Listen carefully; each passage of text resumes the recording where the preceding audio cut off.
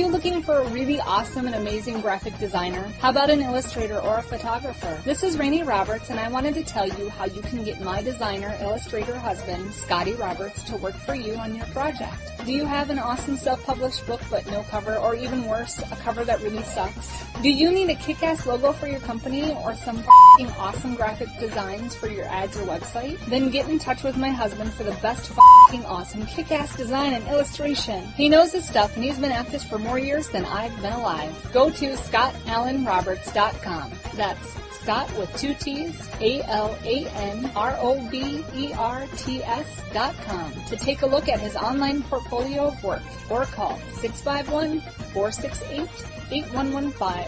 Now go out and kick some ass with some kick-ass graphic design. Hire my dad, so he can take me to Disneyland.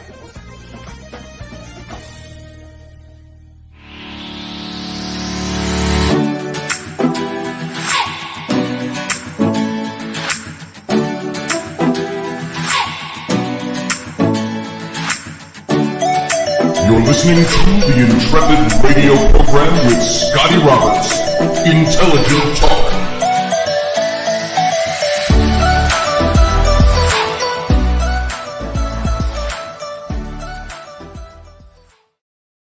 Hey folks, welcome. It is Tuesday night, August 31st, last day of August. September starting. It's fall tomorrow, technically. And so at least the kids are back in school. So welcome to my program, the Intrepid radio program, right here on the Odyssey Radio Network. That's ODYSY1.com. Come on over, see all the goodness that's Odyssey Radio Network. See all the shows and the schedule. And you can check the lineup for when this show or these shows, my old shows, are rebroadcasting all throughout the day. And so welcome to the show tonight. It is me, Scotty Roberts. Yes, Lord of the Flies. So I still have flies buzzing all around. I've killed about 5 of them in the last 10 minutes, and they're still buzzing all around. And you know, when I sit here at my desk, they like to dive bomb my forehead or my ear and things like that, or they sit on the screen. So if you see something like this, you'll know I'm going for a fly. And but the fly problem is diminishing a bit. I think it's because the weather has cooled down just a touch. It's not in the 90s to 100s. It's now in the 70s to the 80s. And so over the next week, it's going to be, the house is cursed, Matt Finn. Ain't that the truth? Get out. Help me. So hopefully that's not the case.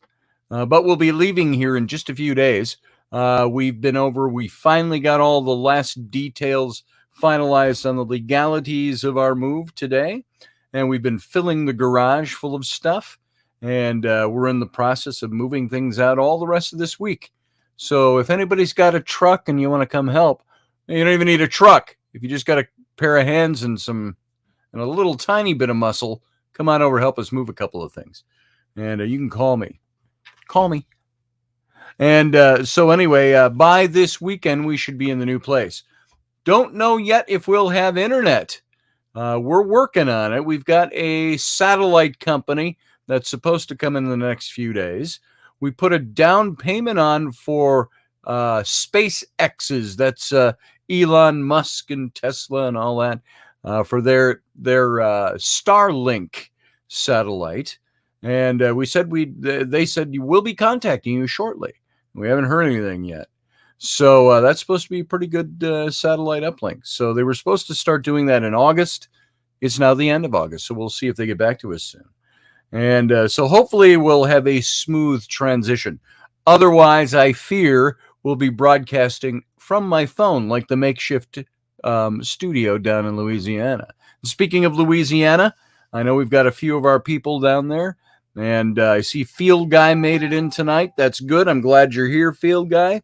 And I'm glad you survived, even though there's the power outages all down there. I think half the state's out of power, isn't it?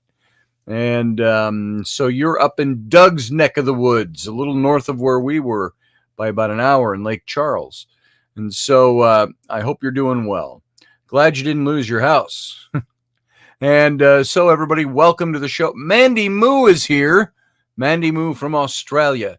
I haven't been ignoring you, Mandy. I know you've been sending me some articles and things, and I said we'd talk about some things, and I didn't get back to you because it's not chaotic here. It's just busy with the move and so on. We got to make some time and catch up on some of the stuff we're talking about.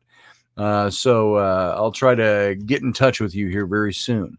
Teresa Dantone, welcome to the program. Thank you for being here. I appreciate everything that you do and everything you are. Thank you very much. Dave Potter, Uncle Dave is here. Good to see you. And of course, Master Finn is here, taking us out in Bristol fashion. So good to have you here, Master Finn. And who else we got in here? Steve Clark, howdy. Good to see you, brother. Glad you're here. Lucky Stone, the house is cursed. Get out. Okay, we're leaving. That's that old Eddie Murphy bit. I'm not afraid of ghosts. Get out. Okay, see ya. So I don't think I have had in all the EVPs I've captured over the years, I don't think I've had anything tell me to get out. I've had some nastiness directed at me. I think I told you once we had one in the downstairs of a hotel in Sauk Center, Minnesota, an old hotel. It's an old hotel that's so old it was frequented by Sinclair Lewis, the writer, and I think there's some other names to fame out there, but it's out in western Minnesota. And we were down in one room and we got a voice that I don't think it said get out, but it was like yelling at us. It said nasty things to us. And I said, what gives you the right? It said something about I'll kill you, things, whatever, something like that. And I think I said, well, what gives you the right to talk to us that way? And it came back with a very sheepish voice going, I'm Lutheran. I thought, oh, okay. Well, and then we had an interesting interchange after that. I don't remember much else about it. That was the fine point of it. Doug Stack, welcome to the program. Hope you're doing okay. Field guys in your neck of the woods. Has he stopped in about tires yet? Let's see. Who else is in here? We got, I saw somebody else new. Michelle Kenham Free. Good to see you. Glad you're here tonight. And I'm scrolling backwards to see who all is in here tonight. And the usual suspects I know to a certain degree. And there's more people coming in. And I appreciate the fact that you all would take your time to come here. That means a lot to me that you would come in and that you're just faithful to this program and the people in this chat room. And so, folks, if you're watching from without the boundaries of the chat room, I just want you to know there's some good people in here, and they're all drawn to each other. And so if you want to see a good bunch of people and get to know some of the good people here, just come on into the chat room and spend a little time here conversing. By the way, if anybody wants to call into the show tonight, I'm going to go put this into the chat room right now. Call in link right there. Boom. So there you go, folks. It's in the chat room now. So if you want to call into the show and contribute to the everything that is this show, the Intrepid radio program, it's kind of morphed a bit since the beginning. I still do the same kind of content. We still talk about those things, but I know that we tend to get a little sidetracked because there's a lot more personal stuff that goes on, a lot more family stuff, friends stuff, things like that. And there's also side topics. Hold on. Ha ha ha ha ha! Die miserably. He's still squirming on my screen. Half of his body is splayed across my screen. The other half is twitching. So I got that fly. Now getting him off of there. And so if you see that throughout the show, you'll know why I'm doing that. I'm so sick of the flippin' flies in this house. And then my kids, they'll go outside and then they'll come outside and they'll stand in the doorway and talk to their friends and the door's hanging open. And it's like, what the hell? Shut the door. You're infesting our house with the infestation of flies that are out there. Here, there. All right. Boom, boom, boom. There he is. And so he is now off my screen. And this is a wet wipe, so I'm able to get the fly blood and guts that I have smeared, I guess about 8 inches across my screen here. He must have caught on to the end of the paper. And there you go. So, once again, welcome, everyone. I don't know who I said hi to, who I didn't say hi to, but I'm glad you're all here. Barbie D, I see you there. You were one of the early ones. You got your early seat. You left your sweater on the seat so nobody would take your seat. You ever done that in public and then you find your sweater like 3 rows up on the corner? So you fear I may have a bit of a diabolical laugh over that fly, bro. You sleeping okay? Now that you ask, frankly, no, I'm not sleeping okay. But yeah, that fly, I love seeing them die miserably. Now, is that a disrespect for nature? No. I've got a hard, fast rule about nature. I'll respect your right to be there, natural beings. But if you come into my house and try to bite me, eat me, bug me, fly in my face all day, you know what I'll do? I'll kill you. So, yeah, it can bring up a maniacal laugh every now and then. And so Steph says, I'm glad you guys down south are all safe. Good to see you, Steph, by the way. Welcome into the program. The fly was his great-great-grandfather. Yes, doing his penance in another life. Hold on. Bye, great-great-grandma. Gone. So we'll see if how long that lasts.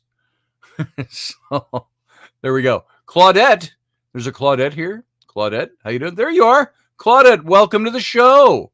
So glad you're here. Thanks for coming into the chat room. Scott Allen. Why so many flies? Oh, I wish we knew. Everybody in this area has been complaining this year about the fly infestation. It's everywhere. And I have a tendency to think it's because of the hot, dry weather. We had drought up here, and we had dry weather. We're also, a stone's throw. You can see it out the end of our development through the stone.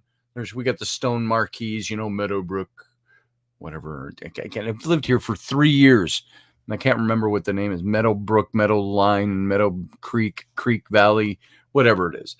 Going out of here. And across the road from that are big fields, farm fields, and the big turkey barns. So chances are, if you're eating a butterball turkey for Thanksgiving this year, it came from across the street. But they let off quite the odor at times. And our weather basically comes from the west, which is that direction. And up our street, for some reason, we're sitting on the corner up here. And we are up on the top of a hill that comes up off of the main road, a slight hill, but it's like a wind tunnel. Everything just pours right through here. And we're thinking something with the turkey barns, maybe, combined with the hot weather and all of that. We got flies. You step outside onto the front patio, we're lighting citronella, which is more for mosquitoes. But we've got fly traps out there. I've got one of those big round fly sticky things, and we hung up. In 20 minutes, the thing was thick, so thick full of flies stuck on it that there was no more room. And so I put on bug spray to go out on my own patio because it helps prevent the flies getting in your face. And more than anything, none of them have been biting. They're just in your face all the time. I'll sit on the sofa and watch a TV show, and I got to put a blanket over my head and over my shoulders so they don't land all over you're constantly going like this, Hold on. Wish me luck. I'm going in. Yes! Yes, thank you. There you go. Fly gods. Eat that. So each fly I take out is one less fly in my face. So, there it is. Flies. There it is. Flies. What a topic for tonight. So, Scott Allen, yeah, we've just got the whole area's just got everybody's complaining about flies. You can't go to the store. You can't go to Walmart, the hardware store, anywhere and find any kind of fly traps anymore. You know, the sticky fly strips, fly spray, the big bag fly traps. You can't find them anywhere. They're all out because everybody's got the infestation around here. So I don't know what it is. Or something's dying or something. So farting counts, Teresa. Farting counts. Neem trees attract spiders and help with flying bugs. That's it. Let's release spiders into the wild up here, and they'll eat all the flies. She swallowed a spider to eat the fly, and I don't know why she swallowed that fly. She may die. The hills have flies. Doug Stack is correct. So enough of that. Once again, I will try to keep it to a minimum. I've killed about 6 or 7 flies now, and I don't see any buzzing around in here, but they're always there. Always watching, Wazowski. Always watching. So they're around.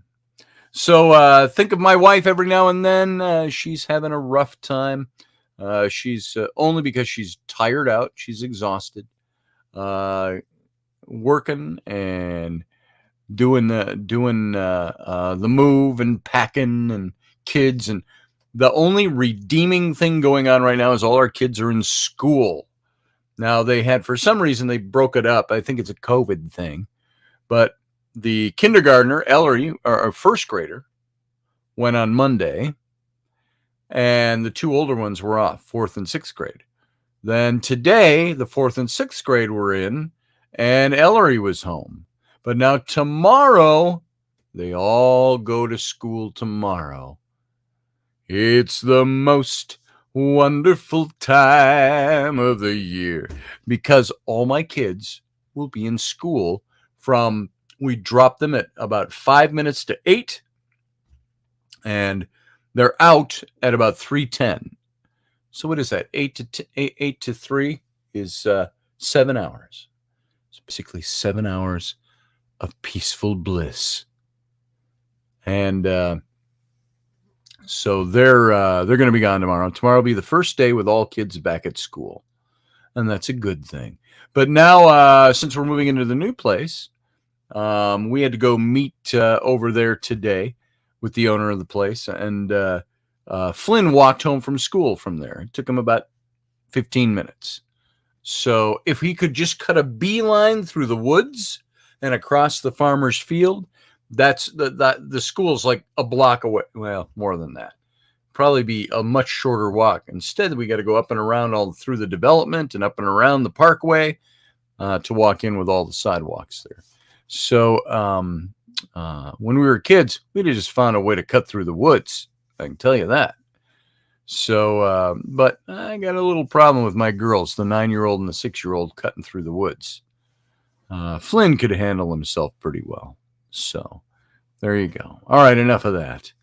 I wanted to share a little something with you today that, you know, all this Project 1619 stuff and all of the talk about why is it slipping my mind? The racial training that they want to put into schools and all of that. I think it's a good thing for us all to remind ourselves about the history of slavery and what that means. And I pulled this from Dennis Prager. He is a conservative radio host, commentator, writer, Jewish man.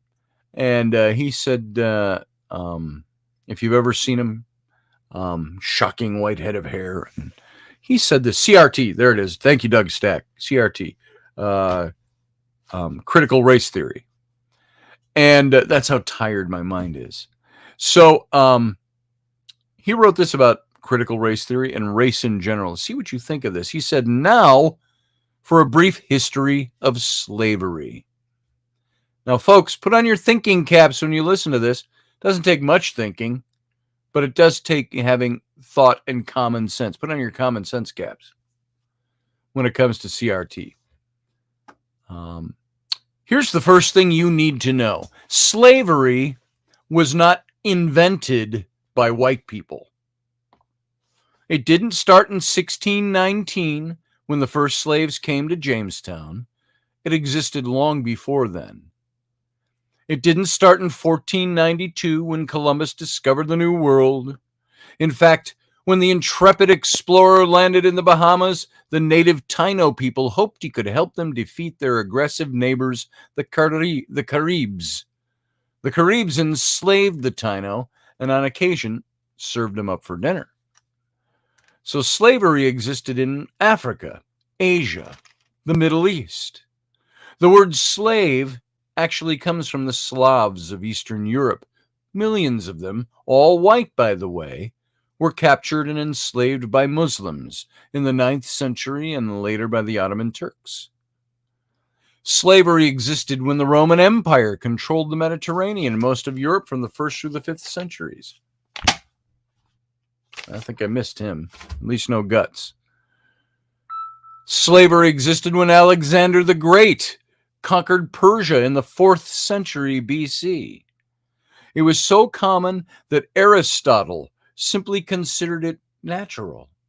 The slave-master model was just how the world operated in the great philosopher's day, 2,400 years ago. Slavery existed during the time of the ancient Egyptians, 5,000 years ago. As far back as we can go in human history, we find slavery. As renowned historian John Steele Gordon notes, from time immemorial, slaves were a major item of commerce. As much as a third of the population of the ancient world was enslaved. Here's the second thing you need to know. White people were the first to formally put an end to slavery. In 1833, Britain was the first country in the history of the world to pass a Slavery Abolition Act. They were quickly followed by France, who in 1848 abolished slavery in her many colonies. Then, of course, came the 13th Amendment to the United States Constitution. After centuries of human slavery, white men led the world in putting an end to the aberrant practice. By the way, if you want to see a good movie, it was pretty low-key, I think, when it came out. Amazing Grace. And it's about the abolition of slavery in Great Britain. The Prime Minister, I think he was played by, I want to say Cumberbatch, but I'm not positive of that. But in the story, they had the man who wrote the song Amazing Grace. And I can't think of his name off the top. It's been years since I said it. But Albert Finney, the actor, played him. John, the man was John something. But you all know the song. Even if you're not churched, you've heard it so many times. It's that song, "This is Amazing Grace, how sweet the sound that saved a wretch like me. I once was lost, but now I'm found. Was blind, but now I see." And this was written by a guy who was a former slaver, slave trade operator. And he became a Christian. He gave his life to God, to Christ. And he ended up writing that song. A very moving, powerful song. We all know the first verse. Some of us know the last verse. But through many dangers, toils, and snares, I have already come. 'Tis grace that's brought me safe thus far, and grace will lead me home. I know there's another verse or two in there, but it ends, when we've been there, he's talking of heaven, 10,000 years, bright shining as the sun, we've no less days to sing God's praise than when we'd first begun. So Amazing Grace, how sweet the sound that saved a wretch like me, he said. And this guy was a former slaver. That includes, I had ended by saying the 13th Amendment to the United States of the Constitution. And after centuries of human slavery, white men led the world in putting an end to the aberrant practice. That includes the 300,000 Union soldiers, overwhelmingly white, who died during the Civil War. Am I saying that this makes white people better than anyone else? Of course not. My purpose here is to simply tell the truth. And the truth is that human history is complicated. No one, regardless of skin color, stands guiltless in human history. Yet today, we're never told to consider the murderous Persian Empire, or the cannibalism of the indigenous tribes of North and South America, or the heinous actions under the imperialistic Muslim, Chinese, Mongol, or Japanese empires, to name just a few.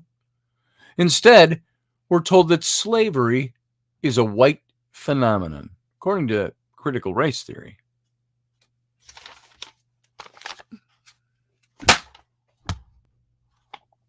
Got him. You. Hope that's not an important envelope. Hang on. Told you this was going to happen throughout the show. That's 3 just since we've been on air. Oh. So,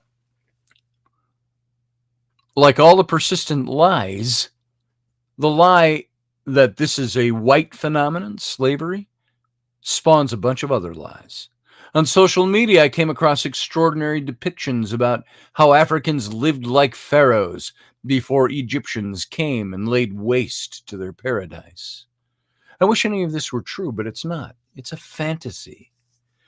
The truth is that Africans were sold into slavery by other black Africans, and in many cases sold for items as trivial as gin and mirrors. Whites didn't go into the interior and round up the natives. They waited on the coast for their black partners to bring them black bodies. The stark reality is that our lives had very little value to our ancestors. Here's the third thing you need to know. If you think slavery is a relic of the past, you're wrong. There are some 700,000 slaves in Africa today. Right now, that's the lowest estimate I could find, other than sources that say there are many more. For context, that's almost twice as many slaves as were ever brought to the United States. Child soldiers, human trafficking, forced labor, these are the conditions that currently exist within the same sub-Saharan region where the transatlantic slave trade originated. African bodies are being sold today like they were sold back then. And no, they're not being purchased by any country of white men. In fact, slavery, by any traditional definition, is exclusively practiced today within non-white countries. But we hear almost nothing about this. Just like we hear nothing about how slavery was universal until good people in Europe and America ended it 2 centuries ago. Why? Here's the key, folks. Because our so-called leaders, black and white, wouldn't profit from it. Black victimhood is nothing if not profitable. It elects politicians and funds racial grievance groups. And if black Americans began to overthrow, I don't know how I saw that in that word. And if black Americans began to view themselves as partners in the American dream, if we embrace the patriotic spirit that holds all men are created equal, the patriotic spirit that is our real heritage, then the race hustlers would soon be out of business. Who wants that? You know who wrote this? Candace Owens, author of Blackout. So that is pretty amazing stuff. So if you're hearing that all this stuff about CRT, critical race theory, Project 1619, which has been debunked, by the way, You hear all that stuff? You know what? It's not true. Got him. So I only know because there's a little tiny streak of blood. We don't have the whole fly on that. We just had that. So, no, I got him. So there you are, folks. That's something worth thinking about. And I wanted to share that all with you tonight. And I'm looking at some of the comments here. Let's see what people have to say so far. Hey, David Castle. Welcome to the program. Hey, Brianna Learman. Welcome. And glad you're here across the street over there. And who else we got in here that wandered in? What are we talking about tonight? Asks Brianna a bit earlier. Well, we were talking about critical race theory for a minute there and how bogus it is and slavery. And now we're going to move on to Jesus, Potter, Harry, Christ, and more on the controversial Christ myth theory. But Sean Stroik, good to hear you. Good to see you. I mean, you were saying great to hear, and I read it that way. So welcome to the show tonight. Scotty, that's a poo streak. Yeah, probably knocked the shit out of him. So for sure. So we've killed 5 flies now since we've been on air. So I'll keep the ball rolling as long as they're in here. Let's see. Who else we got? Michelle Canham Free. I said hi to you earlier. I'm still glad you're here. And so there you go. Let's move on. Let's move into this stuff. But let's take a little, just a very brief break to clean our palates a little bit. So I'm going to give you a little bit of this. This is our intro to our Sunday morning show. It's Sunday with Rainey and me. Stand by for a minute.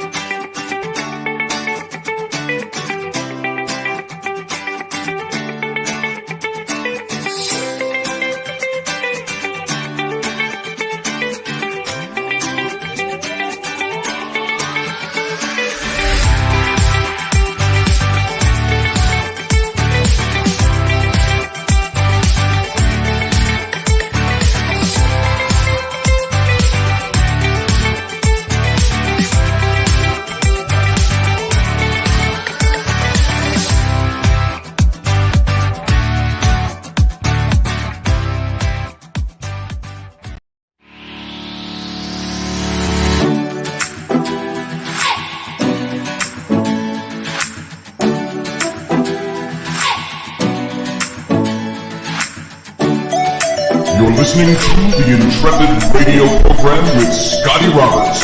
Intelligent Talk.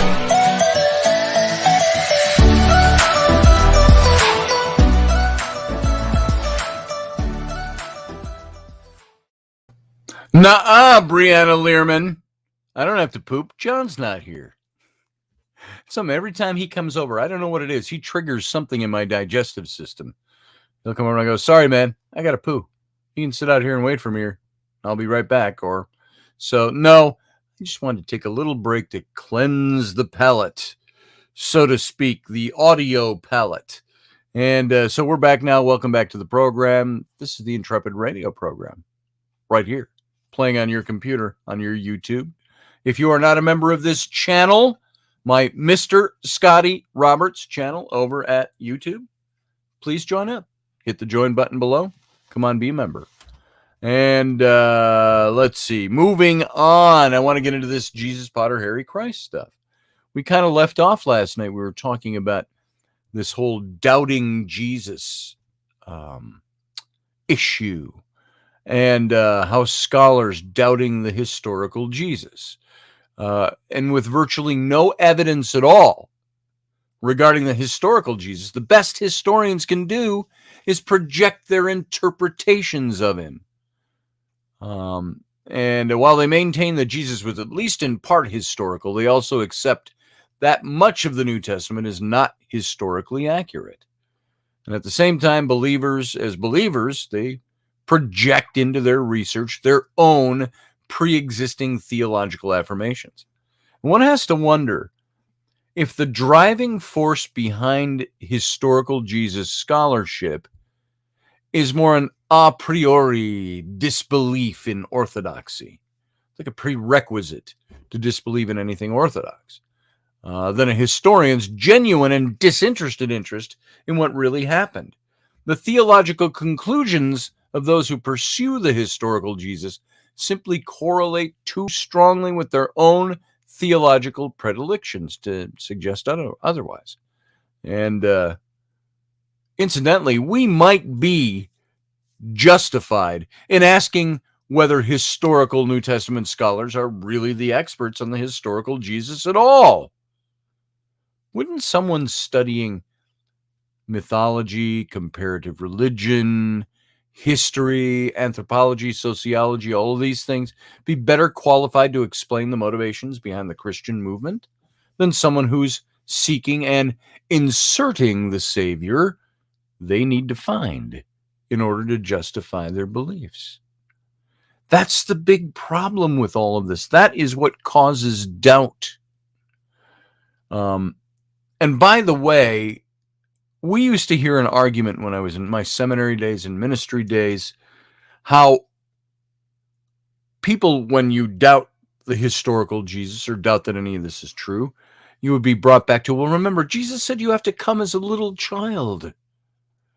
To Jesus, you come as a little child, not knowing anything and not questioning and trusting. Yet, I've had now 6 children. There's not a single damn one of those children that hasn't come out without a million questions.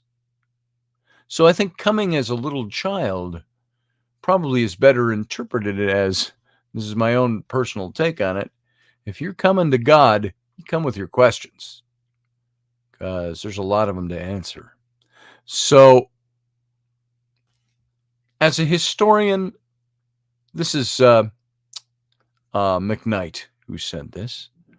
He said, as a historian, I think I can prove that Jesus died and that he thought his death was atoning.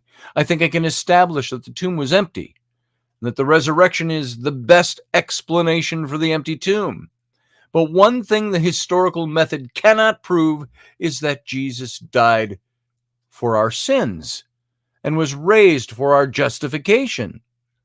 You can prove he died. I think that is out there. That's not so far-fetched.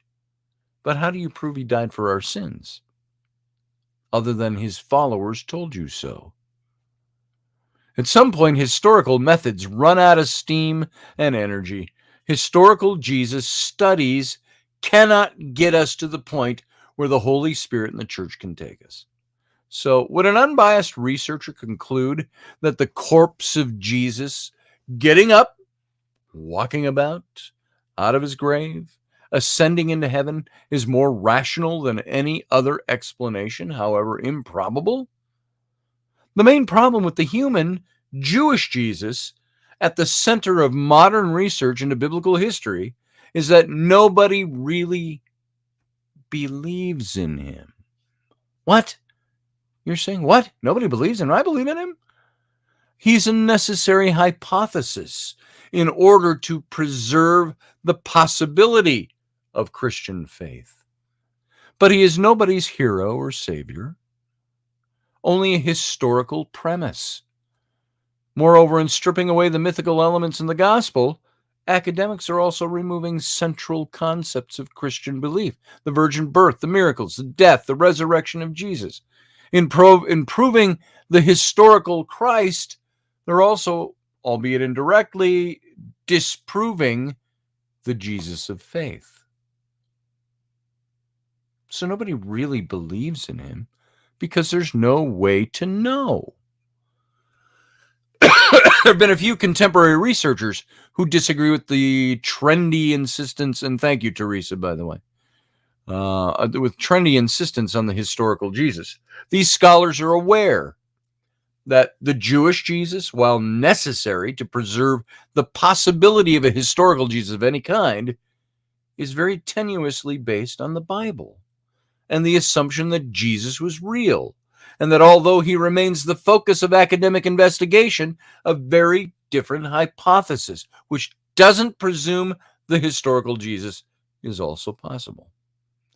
So this hypothesis is often referred to as the Christ myth theory, which we're going to talk about for a little bit tonight. And although the following definition doesn't apply equally to all the writers, in brief, the Christ myth theory maintains that there is no need for a historical founder to explain the rise of Christianity and the Christian movement at all. That all episodes, and you got that? There's no need for there to be a historical Jesus to prove that the movement exists. That all episodes and events in the Gospels can be traced to earlier traditions than the time of Jesus, and that certain early sects of Christianity began to believe mistakenly that the stories of Jesus Christ were about a real historical figure.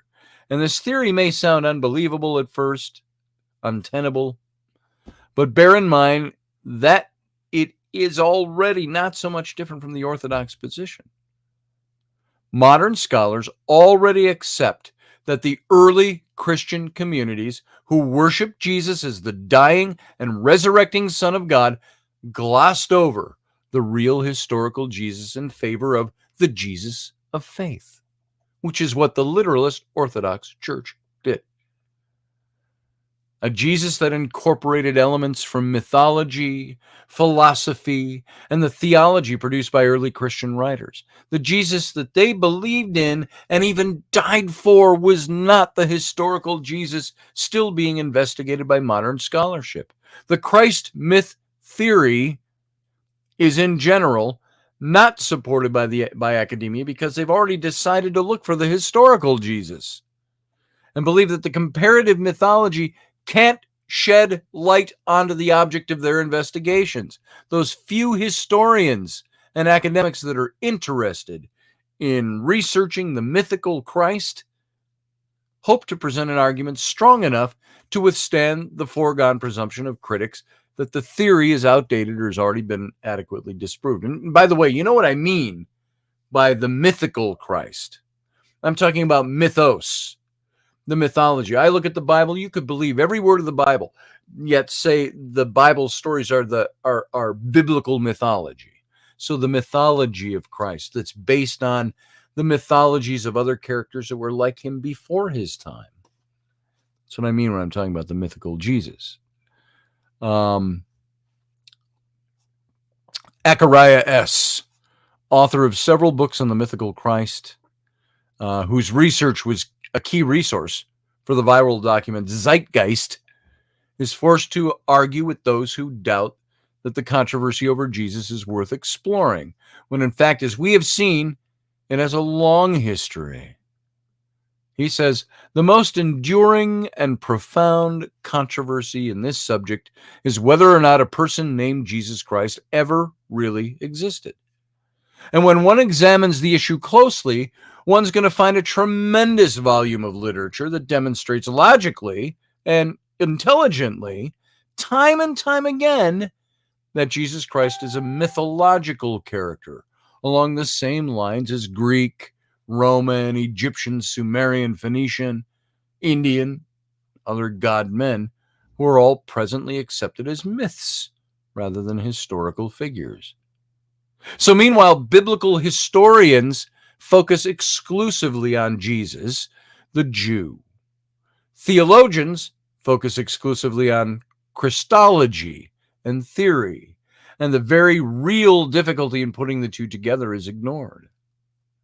For the general public, however, whether or not Jesus Christ, as presented in the Gospels, was an historical figure, is a source of such interest, and books on the topic have been both well received and heavily criticized. Titles taking the Christ myth approach include G.A. Wells' Did Jesus Exist?, as well as his later books, The Jesus Legend and The Jesus Myth. And 3 books on the Christ myth theory were published. The Christ Conspiracy, the greatest story ever sold. The Jesus Mysteries, Was Jesus a pagan god? By Timothy Freak. And we talked about the Jesus Mysteries on this show a couple of years ago. We did a big series on that.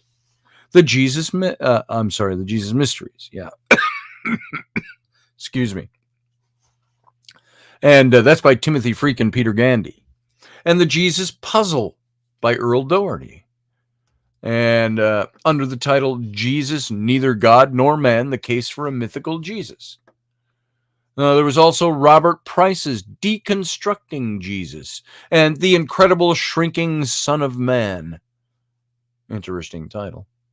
And more recently, Tom Harper's The Pagan Christ and sequel Water into Wine.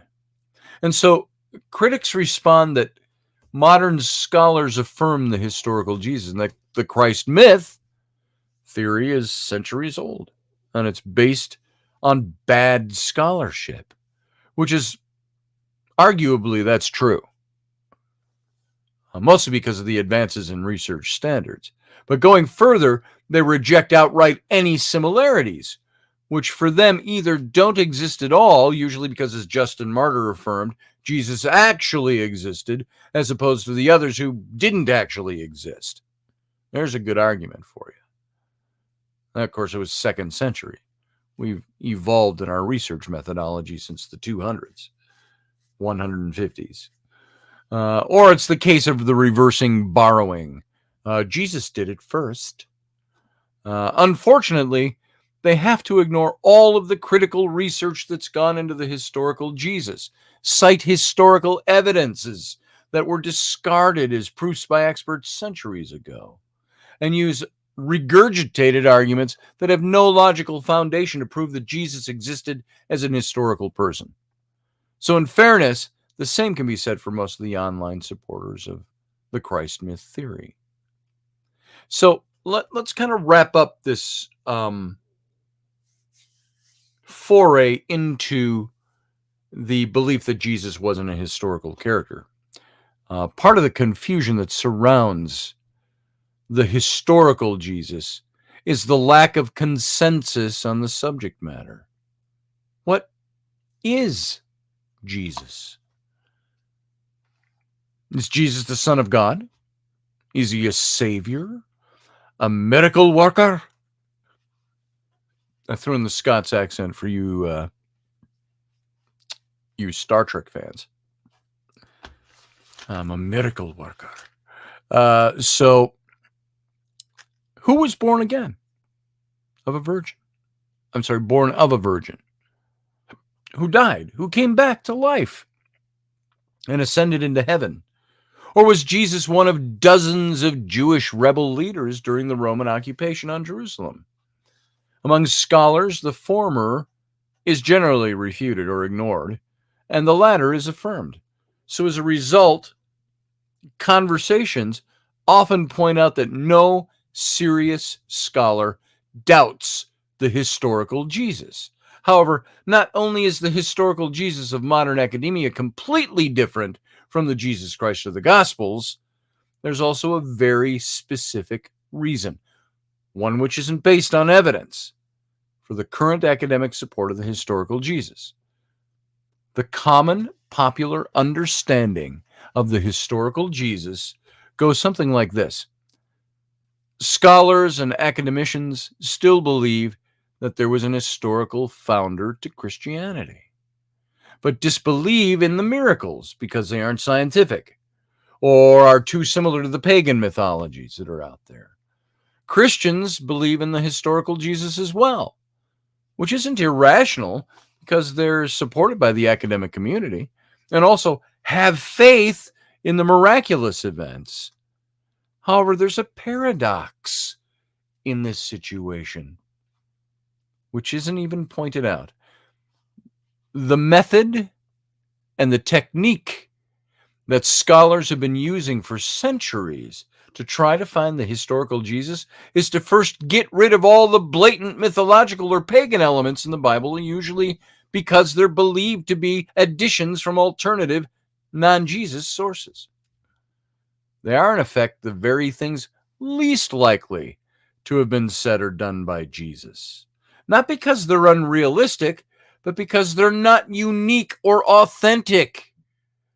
They're not unique to an authentic Jesus, a Jesus-inspired tradition. The result is an historical founder of Christianity, which rather than providing a doorway or foundation for Christian faith, is actually diametrically opposed.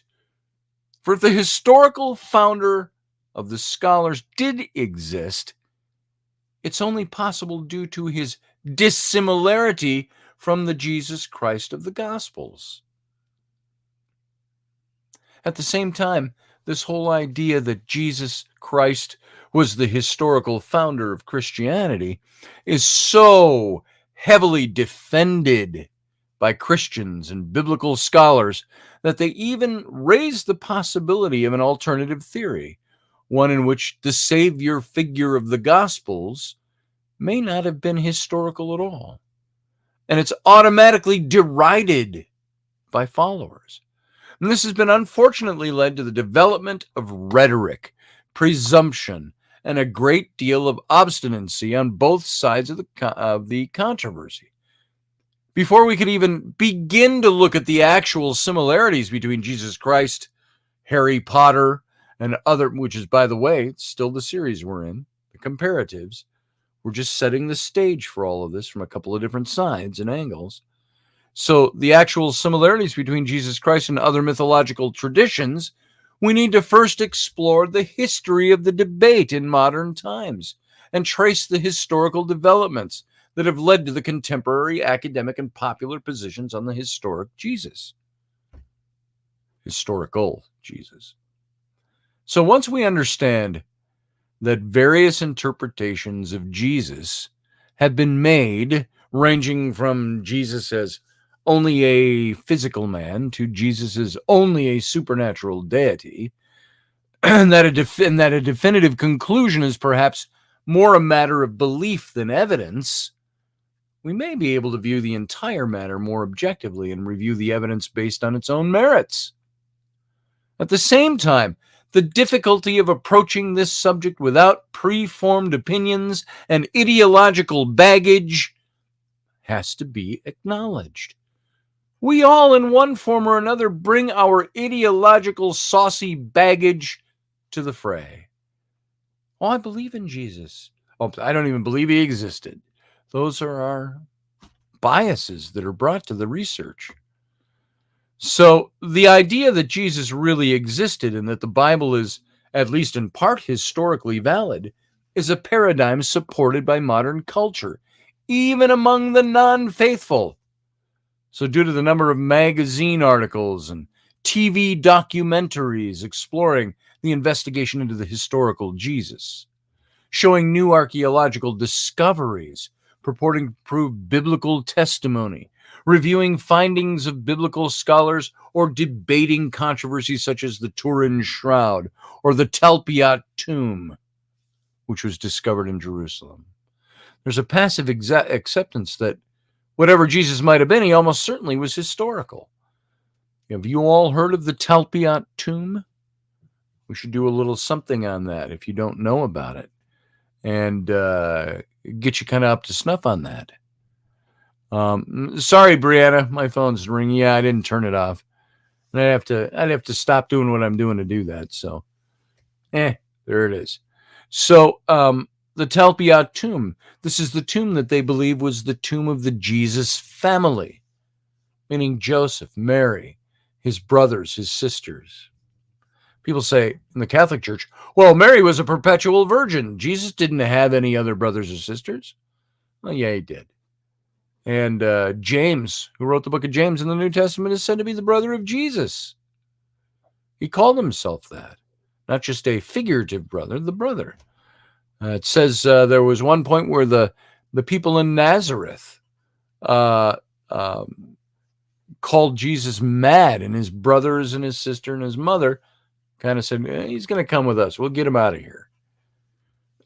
And so the whole dispersion of the Jesus myth ideas, such as those found in the documentaries Zeitgeist, which came out in 2007, and The God Who Wasn't There, that came out in 2005, which introduced the Christ myth hypothesis to record numbers of people, sparked a new level of internet fervor over the subject. And the controversy now rages stronger than ever.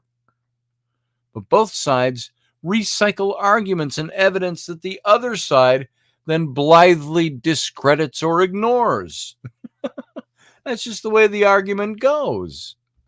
So the current state of frenzied disagreement is all too often based on bias, on semantics, on sophistry, rather than a close investigation of the evidence.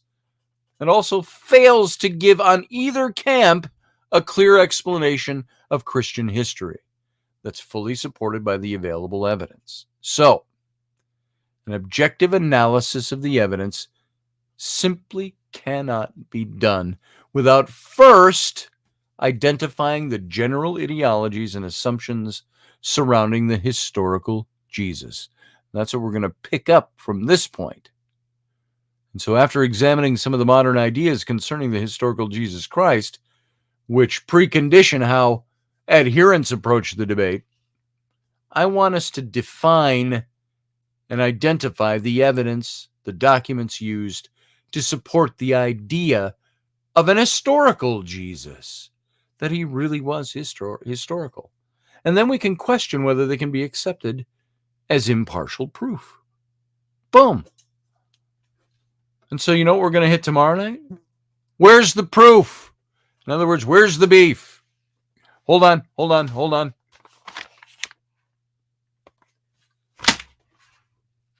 I don't know if I got him. He's just gone. So, where's the proof? And we're going to talk about an overview of the evidence and the arguments for the existence of Jesus. I'm going to read a little something. Yamuchi's response seemed uncharacteristically strong. From time to time, some people have tried to deny the existence of Jesus. But this is really a lost cause, he said with a tone of exasperation. There is overwhelming evidence that Jesus did exist. And these hypothetical questions are really very vacuous and fallacious. And that's Strobel on the case for Christ. When we're confronted with the arguments that Jesus might have been historical, the majority of Christians will refer to the hard evidence that Jesus really existed, but not without first displaying a certain sense of desperation. On the one hand, they're right. Any reliable historical records that prove Jesus was historical would automatically weaken theories to the contrary. But is there really, as Yamauchi claims, such overwhelming evidence? We're going to look into that tomorrow night. Start covering that tomorrow night. Find out what's the proof for Jesus. What's the proof that he actually did exist historically? So we're going to look at that tomorrow. And so we've kind of, how many Jesuses were there? Robert V. asks. Well, Robert V., I don't know that there were all that many Jesuses, but there were a lot of other Messiahs and Messiah types. There were at least 12 that came before the time of Jesus. And this is, if you read the Jesus Mysteries, this is what Freak and Gandhi put together in their book. And they said, we were all raised in the Christian tradition. We're not trying to do away with it. But we want you to be aware that there's so much more. And this falls into the mystery religions and the Gnosticism and so on. So there you go. Hey, Chet Eby. Good to see you, brother. I don't know if you just got here, but we're just about ready to end for the night. So I'm sorry you missed it. I got some painting of him, says Dave Potter. Oh, I got some painting of Jesus hanging in me quarters. I've got one of those around here somewhere too. We found an old, it was like, it wasn't, who was the name? God, folks, the very, I'm looking because I thought there was one hanging over there. Maxwell Parrish painting, a very stylized Maxwell Parrish type of painting of Jesus that we had of Jesus, over a child's bed at night or something like that. Or, Jesus behind the sea captain with his hand on the wheel. Jesus, take the wheel. We've all got pictures, and I've really often wondered if Jesus really is God, God, very God, how can we trivialize him the way we do? Merry Christmas, it's Jesus' birthday. Does that trivialize who Jesus is? If he really is the Christos. The Christos spirit was in many men, says Teresa Danton, and yes, it was. So it'd be very interesting. I don't doubt that Jesus existed. I've got my reasons for that. We've talked about it before.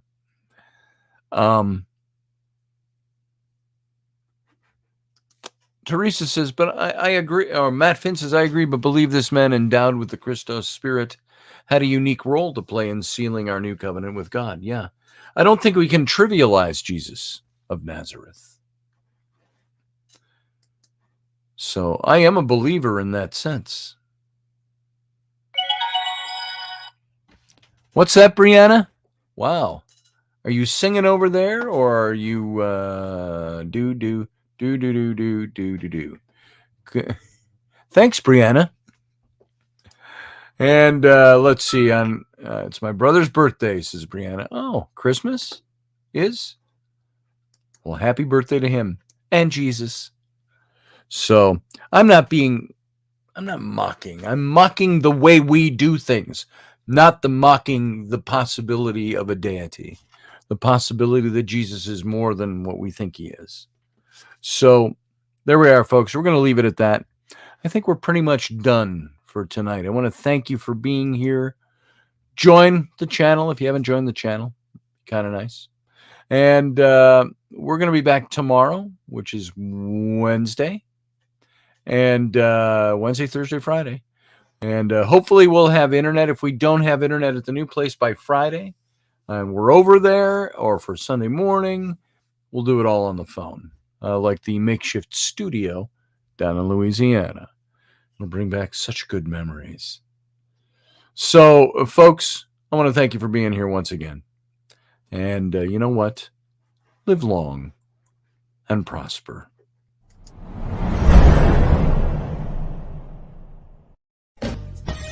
Are you looking for a really awesome and amazing graphic designer? How about an illustrator or a photographer? This is Rainey Roberts, and I wanted to tell you how you can get my designer, illustrator husband, Scotty Roberts, to work for you on your project. Do you have an awesome self-published book but no cover, or even worse, a cover that really sucks? Do you need a kick-ass logo for your company or some f***ing awesome graphic designs for your ads or website? Then get in touch with my husband for the best f***ing awesome kick-ass design and illustration. He knows his stuff, and he's been at this for more years than I've been alive. Go to ScottAllenRoberts.com. That's Scott with 2 T's, ALANROBERTS.com to take a look at his online portfolio of work, or call 651-468-8115. Now go out and kick some ass with some kick-ass graphic design. Hire my dad so he can take me to Disneyland.